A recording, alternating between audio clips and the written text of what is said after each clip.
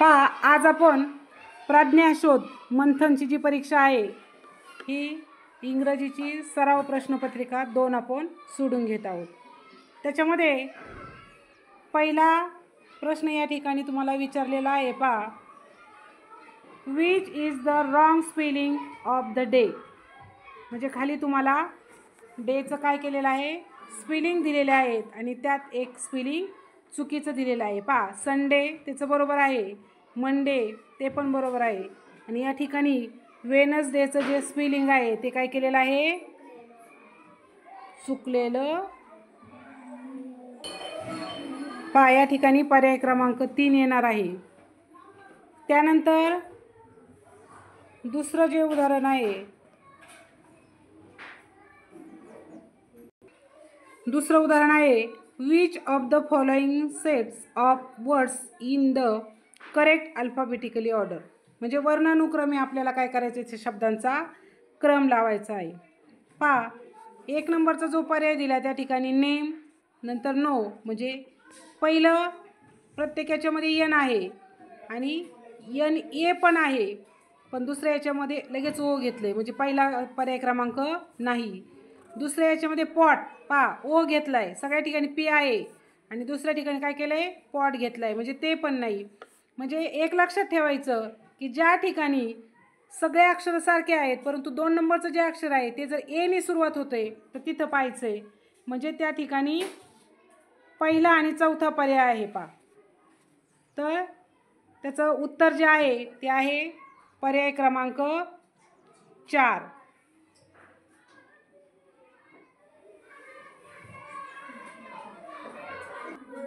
पहा, तिसरा प्रश्न आहे, choose the word that does not rhyming with the rest. म्हणजे यमक न जुळणारा शब्द, तर डक, क्वॅक, क्लक आणि लक, तर पर्याय क्रमांक 2 त्या ठिकाणी येणार आहे। पहा, त्यानंतर चौथा प्रश्न आहे, इफ द, म्हणजे आपण जे अनेक वचन शिकलो होतो, एक वचन अनेक वचन, तर त्या संबंधित या ठिकाणी तुम्हाला प्रश्न आलेला आहे। तर या ठिकाणी if the pillar from the roof is roofs than the pillar from the here is here, म्हणजे काय आहे, केस। तर केसांचा अनेक वचनी जो शब्द आहे त्या ठिकाणी पहा, एक केस अनेक केस, मग पर्याय क्रमांक त्या ठिकाणी काय येईल, 4 येईल। पहा, नाही सॉरी, 4चं 1 येईल। त्यानंतर 5वा प्रश्न आहे, which apostrophic mark in the following word is not correct. म्हणजे कोणतं ॲपॉस्ट्रॉफिकचं चिन्ह म्हणजे कोणत्या ठिकाणी योग्य नाही। तर पहा, आपण पाहिलेलं आहे इंग्रजी ग्रामर शिकताना, कांट, लेट्स, डोंट हे बरोबर आहेत, फक्त पर्याय क्रमांक जे 4 आहे तर त्या ठिकाणी ते चुकीचं आहे, कारण ते एन नंतर पाहिजे होतं। त्यानंतर 6वा प्रश्न, see the picture, find the correct alternative from given option. म्हणजे त्या जे चित्र दिलेलं आहे त्या चित्रावर आधारित तुम्हाला त्या ठिकाणी पर्याय दिलेले आहेत आणि पहिला पर्याय आहे, cat in the hat, cat in a hat, cat near a hat, म्हणजे ती टोपीजवळ आहे, कॅट ऑन अ हॅट, म्हणजे त्या ठिकाणी ऑन म्हणजे वर, टोपीवर बसलेली आहे, आणि कॅट अंडर अ हॅट म्हणजे च्या खाली। पहा, आपण बिफोर, बिहाइंड अशा शब्दांचा अर्थ पाहिला होता, आपण एक व्हिडिओ पण त्यावर तयार केलेला आहे। तर त्याच्यामध्ये पर्याय क्रमांक काय येईल, 3 येईल। पहा, 7वा प्रश्न आहे, find the word that does not begin with PO. म्हणजे पीओने सुरू नसलेला शब्द शोधून काढायचा आहे। पहा, 3 नंबरचा पर्याय दिलाय प्रोग्रेस, त्या ठिकाणी त्याचं उत्तर काय येईल, पर्याय क्रमांक 3। 8वा प्रश्न आहे, choose the word that is the opposite of the word given below. म्हणजे खाली जो शब्द दिलेला आहे त्याच्या अपोजिट म्हणजे विरुद्धार्थी शब्द कोणता, बॅड, गुड. हे सोपं आहे पहा. म्हणजे आपल्याला लगेच आपल्या वाचनामध्ये आपले हे करत असताना पाठांतर करत असताना आपल्याला हे शब्द सहज येऊन जातात. त्यानंतर 9वा प्रश्न आहे, look at the picture, which of the following instruction will match with the picture. म्हणजे खालील चित्र पाहायचं आहे आणि कोणती सूचना या चित्राशी जुळती आहे. तर पहा, या ठिकाणी चित्र दाखवले, त्या मुलाच्या हातामध्ये काय आहे, सुपली आहे आणि तिथं डस्टबिन ठेवलेलं आहे.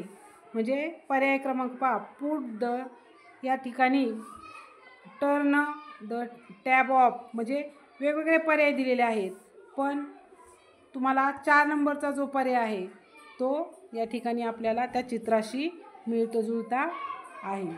पहा, पर्याय क्रमांक 4.